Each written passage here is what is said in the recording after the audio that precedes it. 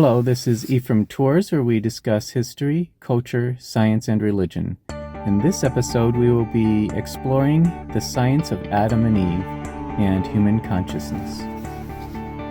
In my efforts to find out how science and religion come together, I have studied the tree of life in evolution and the tree of life in various religions, and I have given presentations on the topic before.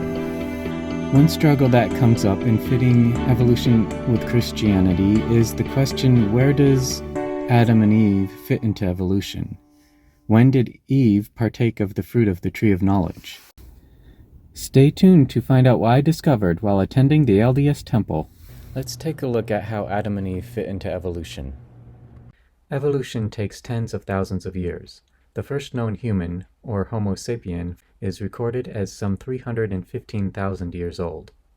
Would Adam be the first Homo sapien, or would some previous species in the Homo genus still count as human? Previous species had knowledge of tool-making and even art.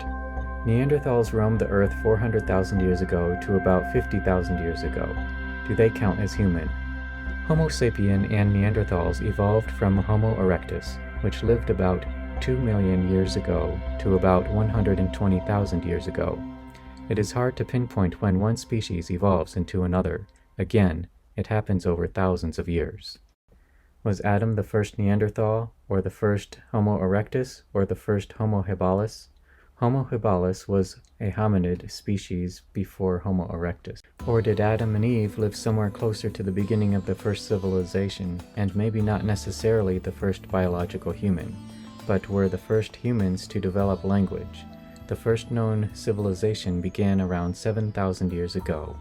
It was Samaria, located near the Tigris and Euphrates rivers in what is now southern Iraq. Interesting enough, that is where the book of Genesis describes the location of the Garden of Eden, where the Tigris and Euphrates meet. I remember going to the temple on several occasions and contemplating these questions during the endowment session.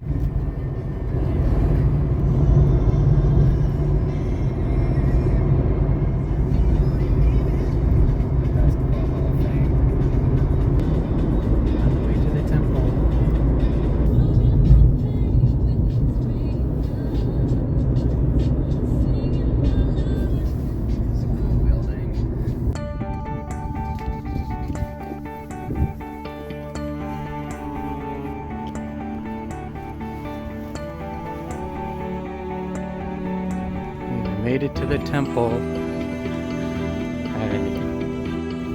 Right. Going through for Colin Ferguson Bell.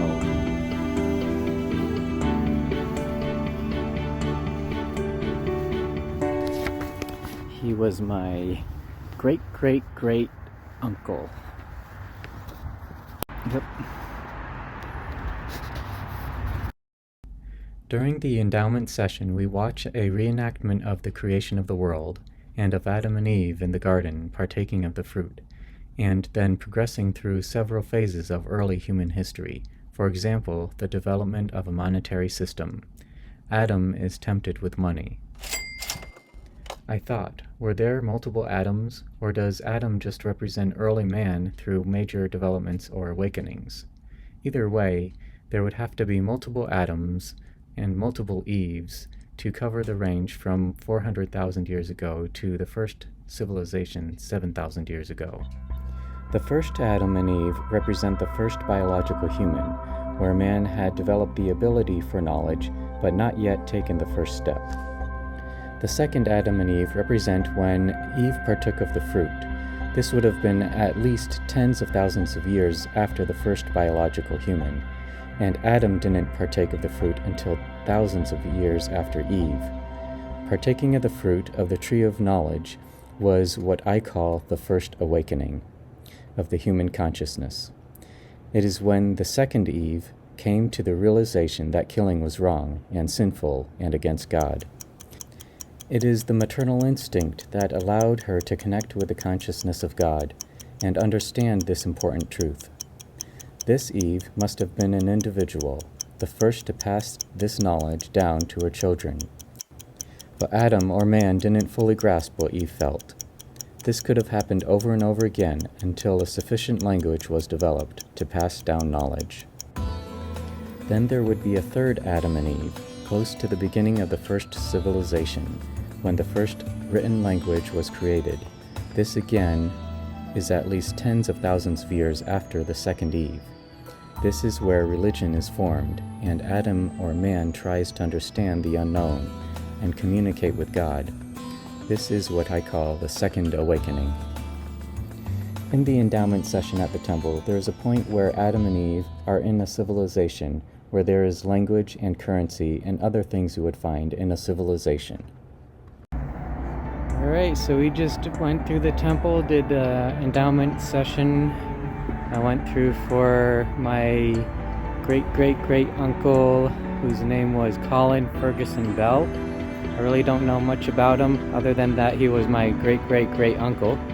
But going to the temple is a way to get to know relatives and ancestors, and to help build the family tree.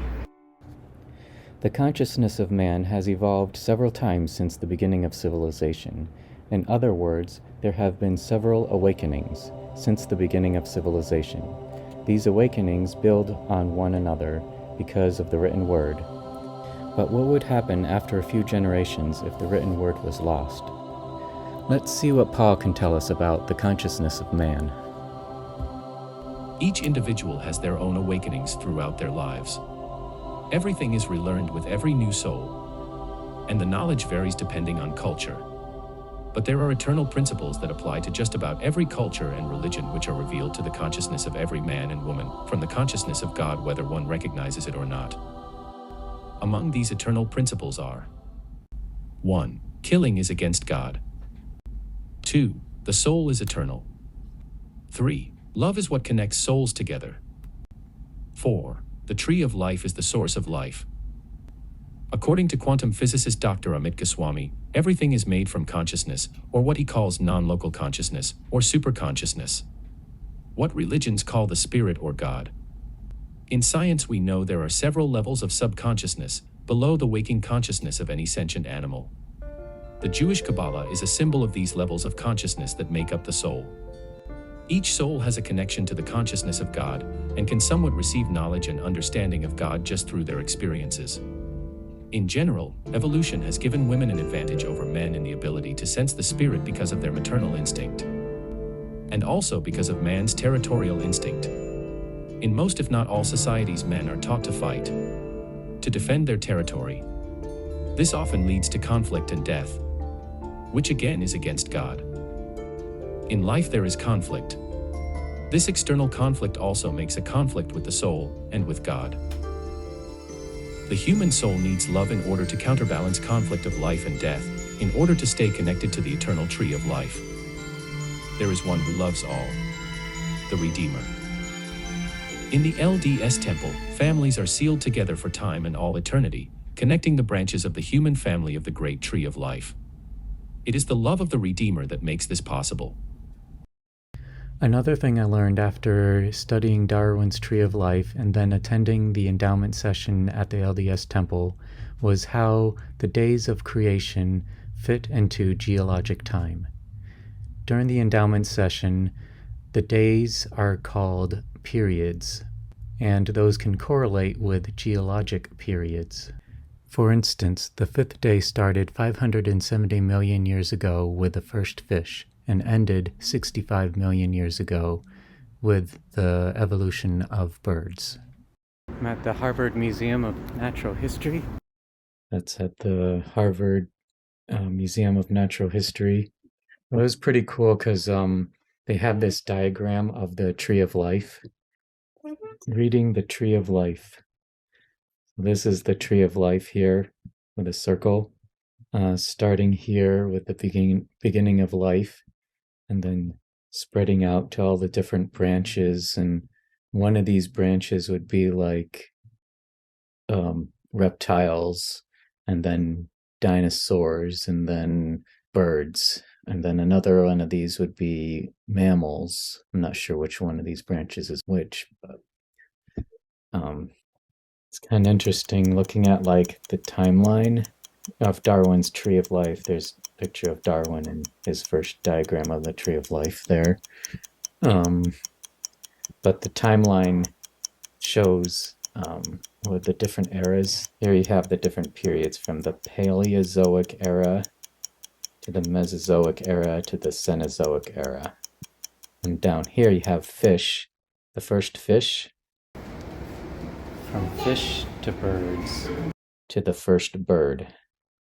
So that's interesting looking at that time period.